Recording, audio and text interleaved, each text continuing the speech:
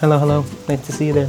So there've been some updates. I will have had to disassemble this rear wheel at least 3 times. I'm gonna show you guys exactly why upon further research, and by further research, I mean actually watching the video I was following all the way through instead of just like skipping to the parts I thought I needed. I realized that from the dealer, we are missing some washers that are necessary for the safe function of this Vespa here. I'm gonna take off this exhaust for the umpteenth time. That's a pain in the butt to get off, especially from the floor. Let's get to it.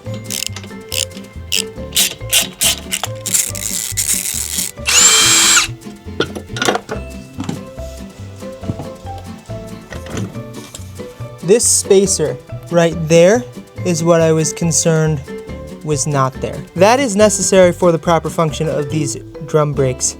So that's good. That is there. But I'll set you guys up and I'll show you what wasn't present and is still kind of concerning. So guys, first things first, this washer, which sits directly behind and greatly increases the surface area in which this applies pressure, was not there.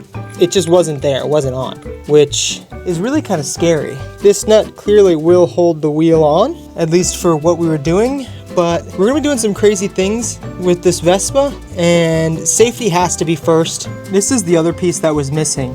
So there's this locking nut that kind of sits there. It's not really a locking nut at all, actually. It's a spacer. And there's a cotter pin that goes right there. Now, both the cotter pin and this nut were missing. There's a very good chance that this cotter pin could have just rusted out, and then there's nothing actually holding this nut back. But what all of this prevents is from that nut backing out enough to where it can fall off the rim or off the splines. It could still potentially move a little bit, but not enough for it to be dangerous. You'd probably hear and feel the vibrations well before it actually gave out.